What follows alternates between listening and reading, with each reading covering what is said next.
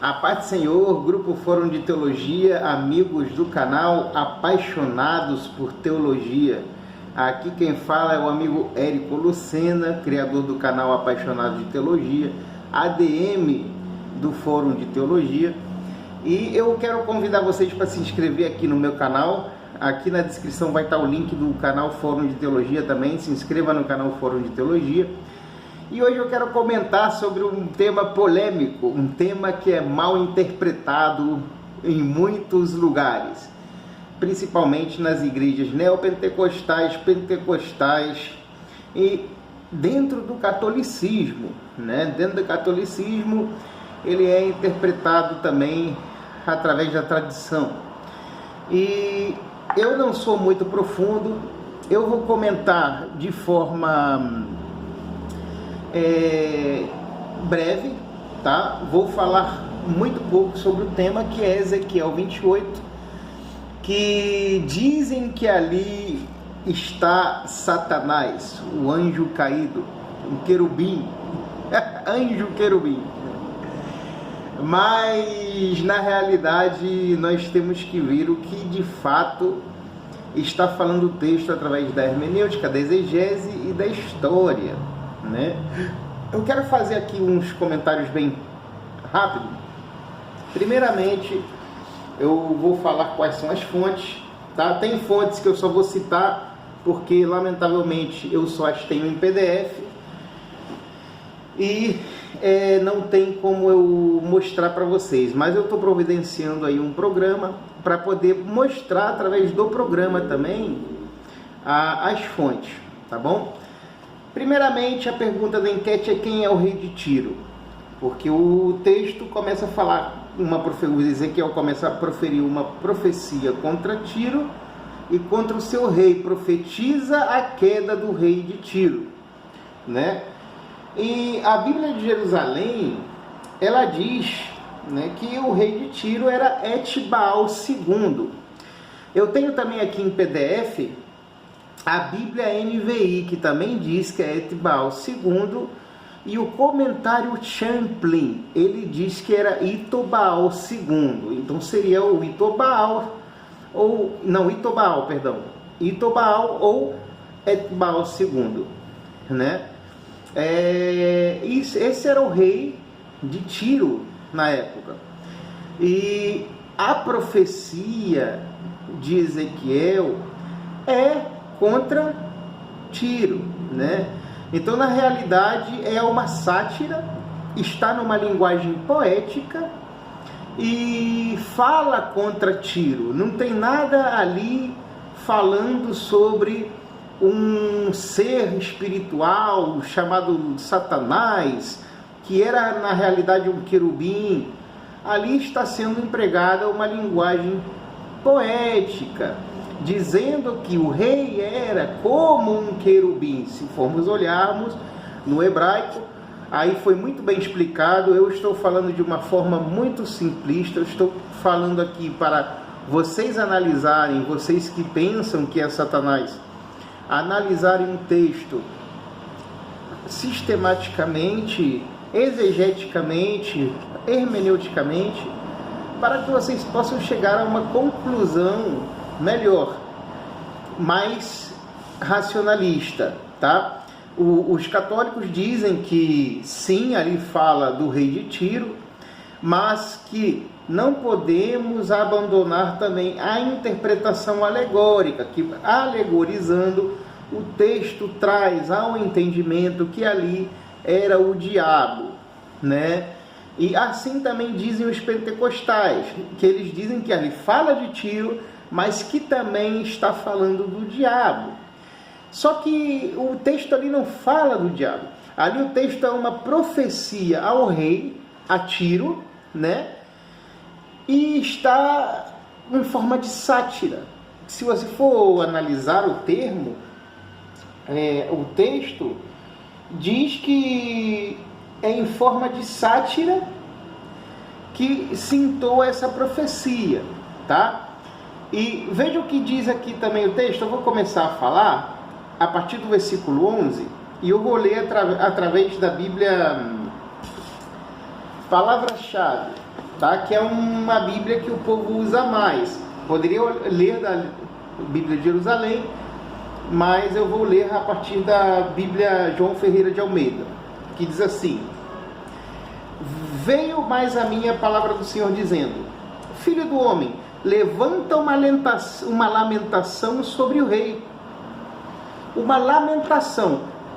Champlin diz que era um canto fúnebre, tá? Ou seja, era uma profecia em linguagem poética, um canto fúnebre, falando como o rei morreria.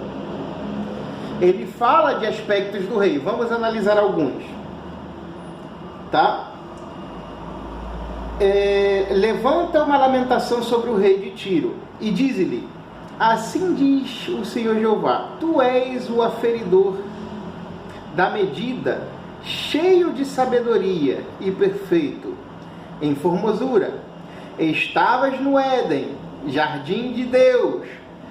Quando fala que estava no Éden, ele está falando que ali ele estava numa cidade que era jardins. Éden era jardins, tá? No original. E quando ele fala aqui de Deus, é jardim dos deuses.